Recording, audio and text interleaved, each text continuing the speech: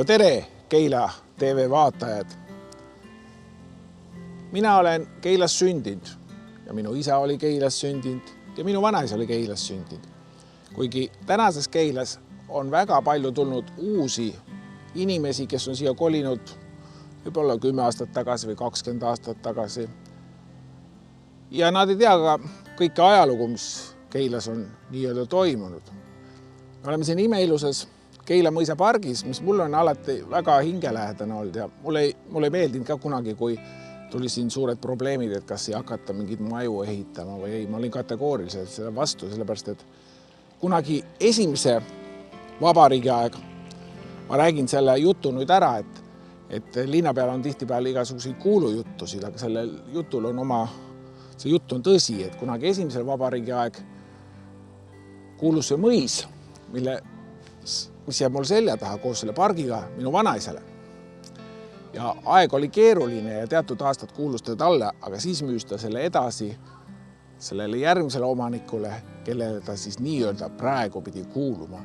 Aga see oli ilus mõis koos ilusa maaga ja minu isa veel meenutas siit igasuguseid aegu, kui ilus oli siin jões vähki püüda ja kuidas siin erinevates kohtades käidi ujumas ja kuidas siin olid paadisillad ja nii edasi ja nii edasi. Ma loodan, et sellest pargist kujuneb Keila linna üks ilusamaid pärleid. Kaunim kui kunagi sündis niimoodi, et eks neid mõtteid ole siin linna kohal juba keerelnud ennegi, et midagi kirjutada ja siis need on jälle mõtted on kuskile ära vajunud. Aga 2. detsembril oli Olav Ehala ja Nele-Liis Vaiksoo kontsert Keila kultuurikeskuses. Õigemini see ei olnud ka nagu kontsert, see oli täna õhtul kandis see nime, kus me vahepeal vaatasime muusika, ütleme siis filmides katkeid, kus Olav oli kirjutanud muusikat ja kuulasime Nele-Liisi ja laule Olavi saatel. Ja sellel õhtul me hakkasime Olaviga rääkima, või mina hakkasin Olavile rääkima, et kuule, kirjutame või kirjuta laul Keilast. Ja tundes teda juba aastast 1985, siis, et see laul tuleb, oli mu selge siis, kui nad hakkasid kultuurikeskust ära minna, siis ma ütlesin, Olav, no teeme. Ja Olku vaatas maha, ütles, no teeme. Siis oli selge, et see laul tuleb. 2 päeva hiljem istusin ma linnavalitsuses ja ajasime Enno Felsiga juttu sel teemal.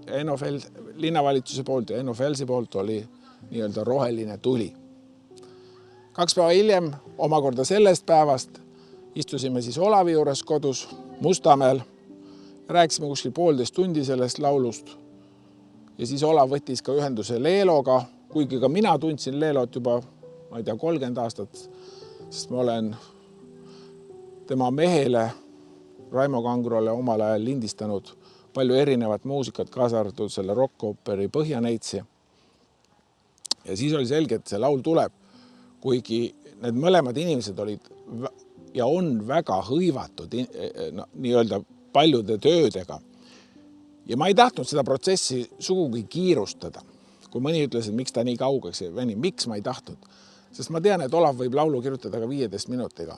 Ma tahtsin väga, et see laul jääks kullafondi Eesti muusikas.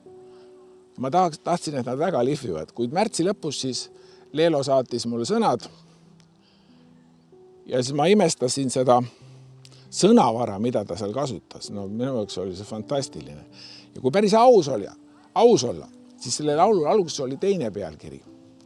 Kuid mulle ei meeldinud see pealkiri. Ja ma ütlesin Leelole, et mis mõttes meeldin. Ma ütlesin, et see ikka ei ole päris õige. Ma ütlesin, et kuule, otsi sealt midagi muud. Ja siis Leelo kirjutas mulle 2 või 3 varianti veel. Ja kui ma nägin pealkirja Kaunim kui kunagi, see oli selge, et see on see. Yes, vot see. Algselt see lugu pidi kõlama siis 1. mail, kui on Keila sünnipäev. Kuid see COVID-19 keeras meil siin elu kõik tagurpidi ja selge on see, et ta siis ei saanud kõlada. Ja siis oli 19. august, kui siis Keila keskpargis toimus minust väga ilus kontsert ja ütlen ka siin täna seda, et et minu arust seal Keila keskpargis võiks veel suve jooksul, järgmistel suvedel paar üritust toimuda, nii et ma loodan, et roosid ära ei tallata ja muru ka, aga ikka kõik on inimeste jaoks. Minu arust oli see väga tore üritus, et võib-olla ta oli natuke vanemate kesksem, aga võib ka mingi nooremalaadseid kontserte seal teha.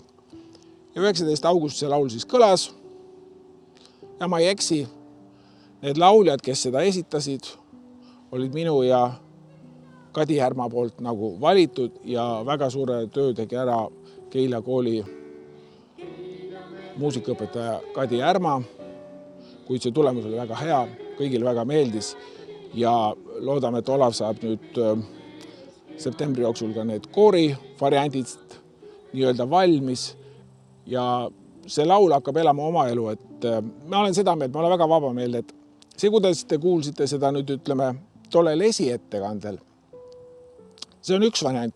Ükskõik, kuidas seda laulu tahetakse pöörata või käänata, ma ei suhtu sellesse üldsegi halvustavalt või keegi tahab oma versiooni teha või keegi tahab oma versiooni teha. See laul lihtsalt elab oma elu ja ma loodan, et ta elab sajandeid.